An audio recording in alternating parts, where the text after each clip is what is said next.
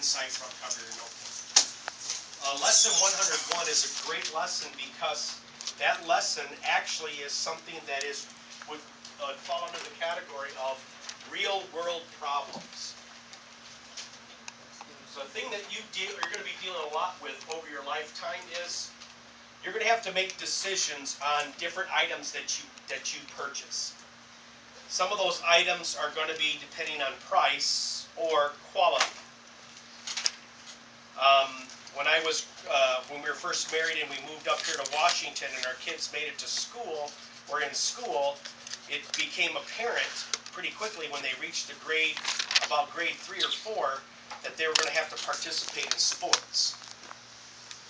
And so us having 5 small children, and I'm the only one that was working, and Evergreen was having a tough time paying their teachers at the time, okay? When we would go to the store, oftentimes we were convinced on what to buy by the price tag. And so while everybody else might have wanted the designer tennis shoes because they made you a better basketball player, if you can buy Jordans, obviously you can play like Jordan. That's the whole idea behind marketing. While we said, oh, this one is $30 to $50 cheaper, so we're going to get this one. And we found out that sometimes when you buy cheap, you get cheap. And so now you've got to weigh these different things here. So you're a consumer now, and it's going to be very, very important here what you want to purchase. And I think with our recent things that have happened, like in the factory that they had the earthquake and killed a bunch of people in India, where some people are concerned about maybe too cheap is too cheap. And we need to make sure that we spend a little bit, okay, so we don't affect people from other countries. Now, that being what it is, we get into an area of marketing.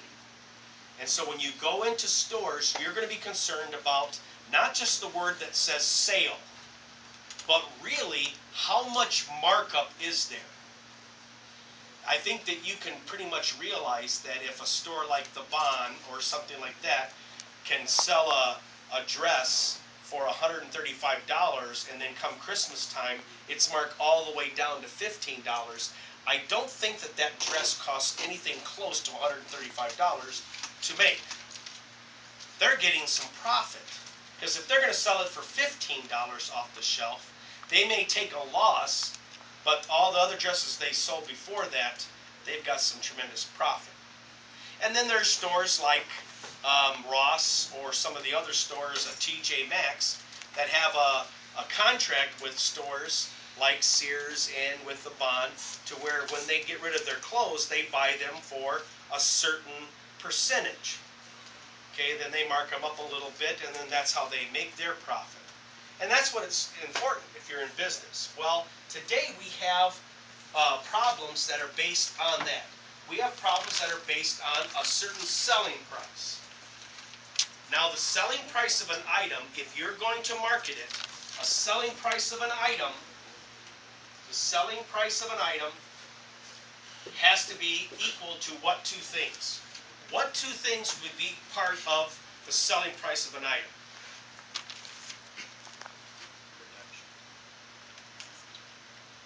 Okay, but that's going to be, then we've got a lot more things to go in there.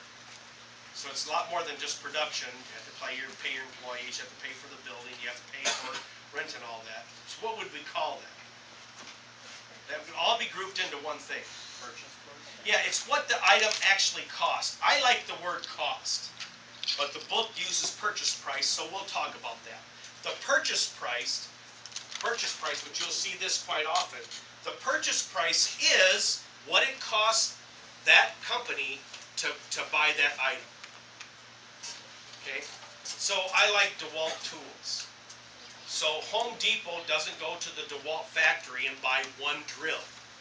They will buy thousands and thousands of drills. Now, where they are made, I'm not quite sure. I guess you'd have to look on the label because they have to tell you. But if you can buy 1,000 of those tools, you know that they're going to be made in a factory with a lot of machines. You can drive down the cost because the purchase price will go down. All right, instead of just one person. But then there's something else that's connected to that purchase price. Okay, so what's on the tag that if you go through the line, that what's on the tag is going to be what it costs that person to buy that material or that item, plus what? Markup. So the markup is what you would say that is the company's selling price? profit. Oh. It's the company's profit on that item. It's not the true profit because you'd have to subtract the lights and the water and then also what they pay the employees, okay, and all those things, and then you would get the true markup value. If you wanted to start your own grocery store, would that be profitable? You've got Fred Meyer, you've got Albertson, and you've got Safeway. You don't have a lot of other major chains out here besides those three. And the reason is because of profit. If all of a sudden we wanted to start the Joy Superfood Market, okay, all right, and we're going to build chains all along the West Coast, and you're going to be happy to go into Joy's. You might even have Hallelujah tickets. Sorry, that's as good as it gets. But anyway, when you go in there, it's going to be a little bit different because of the profit margin. Because there's so many Safeways and so many Albertsons, they only have to mark up their items very little. And so if you were going to talk to a manager right now, you would find out that the average item in a grocery store is only marked up 4 or 5%. Because of the volume you can sell. So how much do you think a Safeway sells in one store a day? If you added up all the groceries that went out that door that people paid for, all right, okay, could it be 1 million in one store? I don't know. I don't know if it'd be 1 million, okay, but it would be a lot, right? Well, just take 4% of that, and then you have how much profit per store is. Okay, now that's a lot. But if you go into the bond and you want to buy their items, guess what the markup there is? It's not going to be 4%. It's quite a bit. Okay, the markup there is going to be quite high. You might even get to the part of being 40 and 50%. Now, again, when you're not going to sell all those items, so you know what the loss is. But this is all part of marketing.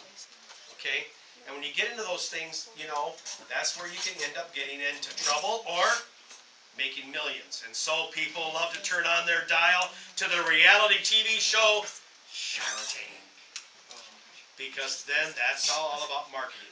Okay, so let's take a look at these some problems here. Okay, so now if I take the markup, how much I increased it by, and I add it to how much it cost me, the purchase price, I will get the selling price of an item. All right? Okay.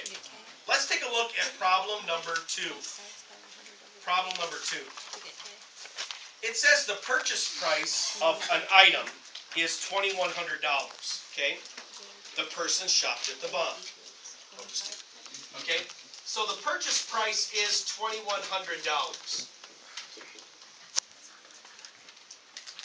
If the markup was 60% of the selling price, okay?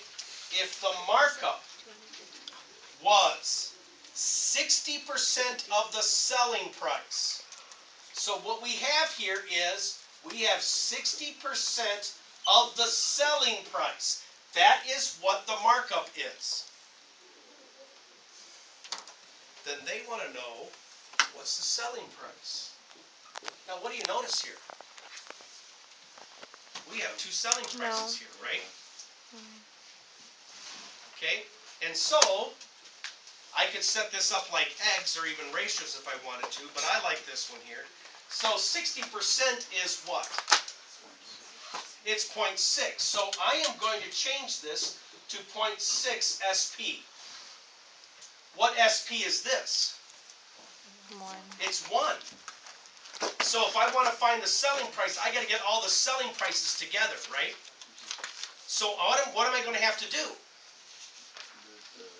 Yes, I'm going to have to subtract 0.6 selling prices from both sides. So now the selling price is gone here, and so now my $2,100 is going to be equal to what? 0.4 of the selling price. How are we doing? Okay? So how do I find the selling price? Divide by 0.4. Divide both by 0.4. So what's my selling price? What is it? 13,000 what? 228. Is that right? No, Yeah. I got don't think so. 5,250. Yeah, because it's going to be what? 5,250. 5,250. Okay, did you divide it? Oh, we remember too. Yeah, no, Yeah, that would help. Not bad. it's not number one. If you're looking at the back of the book. Okay. Okay, so it's 5,250. And the way you get that is divide 4 into 21, you get 5. 4 to that is 250 here. Move the decimal one place more, and that's how you end up with that. Okay? Does that make sense? All right. So, folks, I'm selling this used car for 5,250. I bought it for 2,100 from somebody. They traded it in for 2,100. You can see how much profit I get. So you as a consumer can go in there. What you need to know is, that's what you want to know. What did they buy it for? But that's not what that's not what a salesman's going to do. A salesman is going to do this. Joy, you like that red car? You look good in that red car. That red car makes you look good. You know what? That ticket, it says $5,250.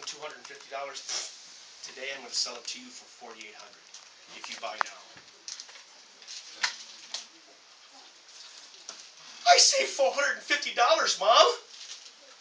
But he just made $2,700. So you as a consumer want to do what? Chip away at that $2,700. Maybe tomorrow I'll tell you, this is one of the most fun things that I ever love doing. I love going shopping for cars and not buying any. My wife hates it. I love it. I'll look at the car and I'm going, should we go in? No! We're not going in. Because I love walking out the door and not buying anything. I just love it. Because then I'll find out exactly how low will they go. Because they'll get mad if you go too low. Okay, tomorrow. It's the most, you ask my wife tonight. It's the most fun thing in the world that I love to do that. Let's go out car shopping. No, you go buy it. I don't care what you get. That's what my wife would say.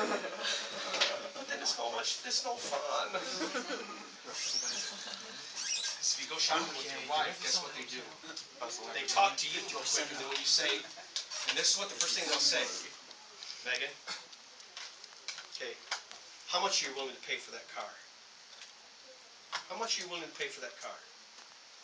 Wrong question. I say, how much are you willing to sell me that car for? See, because Megan, he has to sell that car. I don't have to buy it. There's a difference there. Okay? And I love it. I just love it.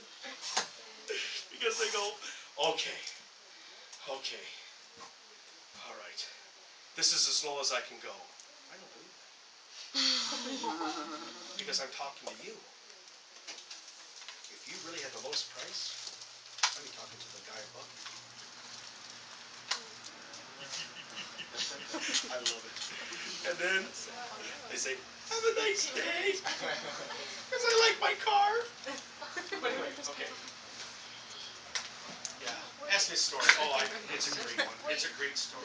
Like when you took the when you took the animal, you have to like competition with the other stores, right? So you can go up that range. Well, that's what they're hoping. Now, here's the thing you got to understand about this. When you get ready to go shopping for a car, you call me and I'll go with you. My kids take me with them to go shopping. My son Daniel did not do that. And he went out and he bought his, what does he have? Acura. A Acura, whatever. Okay, and Nice car. it's a very nice car because it even shows you when you're backing up the thing behind you and stuff like this. It's actually All of a really sudden, cool. somebody calls and he's talking while he's driving, and we're hearing people talk in the. What is up with this? Okay, but he didn't take me there. But he kept on calling me. Hey, what do you think about this deal? Hey, what do you think about this deal? I went, well, I'm not there to look at his face. If I was there to look at his face, I could tell you about the deal. Okay, yes, sir. Is it TSX or is it TS? Or It's, yeah, I think it's TSX. TSX. Yeah, all I know is that anytime that you put a 2 in the front of a car, that's ridiculous. It was a $26,000 car that he got for $17,000. That's a whole year house payment. It's a car. It's got a scratch on it. Did you see those new cars? What's that? Did you see those new cars? They're like extreme luxury cars, and they're like all